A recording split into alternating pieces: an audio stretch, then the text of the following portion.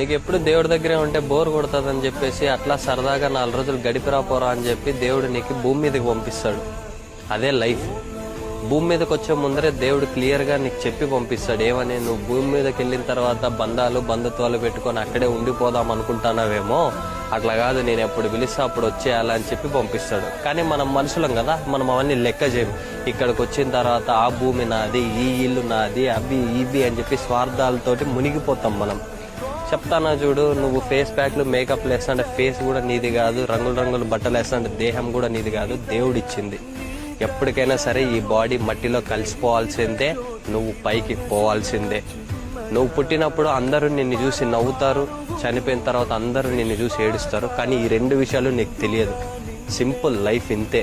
దేవుడిచ్చి గడపమని చెప్పిన ఈ 4 రోజులు హ్యాపీగా గడిపేసి వెళ్ళిపో, అంతే తప్ప వేరేవన్నీ మైండ్లో పెట్టుకొని లైఫ్ని అయితే వేస్ట్ చేసుకోవాలి.